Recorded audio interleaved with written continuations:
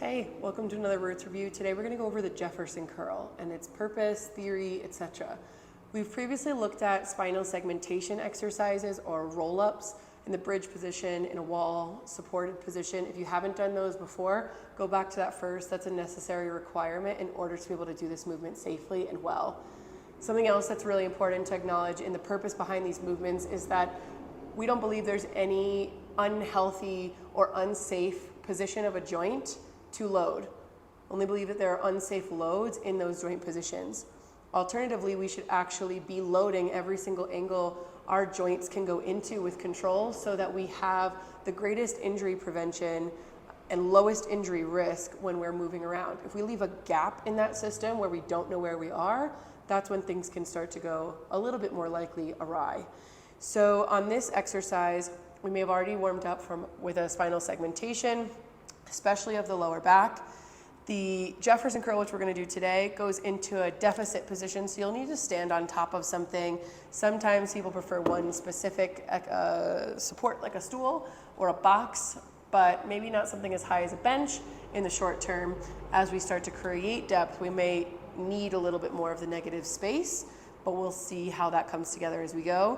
Speaking of the appropriate loads, we're going to start with, this is a 10 kilo weight that I've got here. I would say no more than 8 kilos, 10 kilos to start, and probably not less than that. Our lower bodies are strong.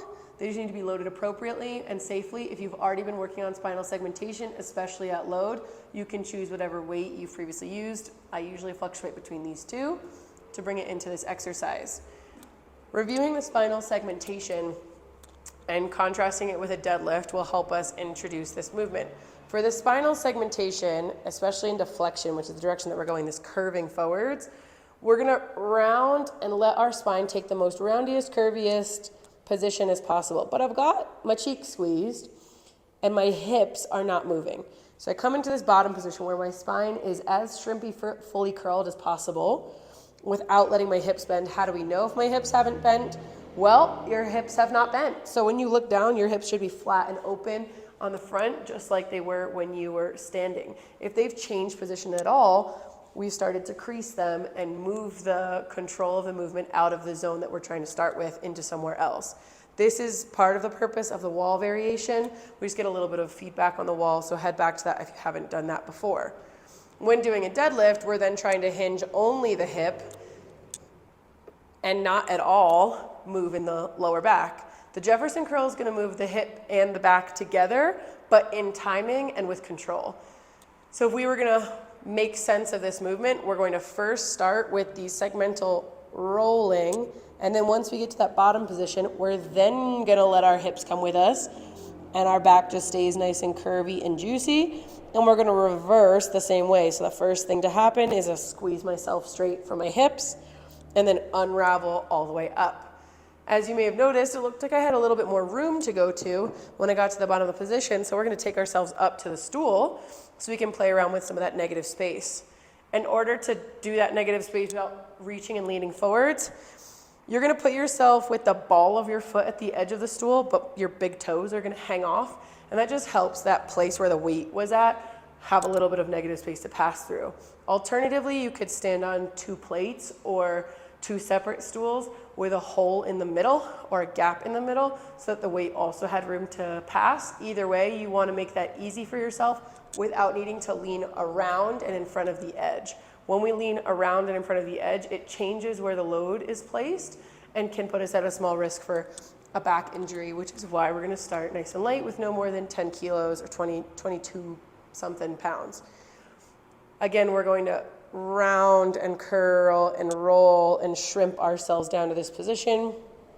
Then we let the hips follow alongside us until we come into this super lengthened, longest position possible. Push through the step, squeeze our butts at the top, and unravel our spine.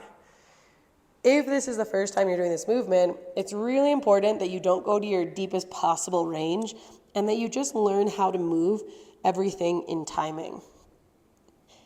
If you're already going to your lowest possible range and you haven't created control there, that's when the load can feel a little bit intense on the tissues that we're moving through. If you feel a pulling down the back of your legs, especially that passes into your calves or feet, you're going to want to go back and visit the nerve flossing video just to do a quick warm up with. Nerve flossing can be more beneficial than what we usually prescribe it for. It's not just for people with nerve pain, but just like we stretch preventatively, we can floss nerves preventatively. I'm going to do a couple with my heavier weight now that I feel a little bit more warmed up. Toes hanging off the edge, making sure we're curling and flowing. Upper body stays totally relaxed. Push through the ground so you control where the movement's coming from and unravel. You're gonna feel this both in your back and your back extensors, as well as your hamstrings and glutes if you do it right. It is okay, not only okay, but desirable to load our spine. What we don't load, we can't protect and control. So this is helpful for our spine, for being resilient when I'm going to grab something from the floor with a curved back and pick it up. My spine is now prepared for that position movement load, even if it's just re-racking my weights or picking up my child or a book or something from the floor. It's the movement plus the load that we've now exposed ourselves to, so it's prepared and less surprising to the body. If we've had a previous back injury, this is going to be at a very distant place as far as progressions. So going back to the easier spinal segmentation and exploring control from the hips versus the spine and really making sure everything's super clear and you've done the wall loaded variations before even coming to the Jefferson curl is really, really important to make sure that you're keeping yourself out of additional injuries or flares.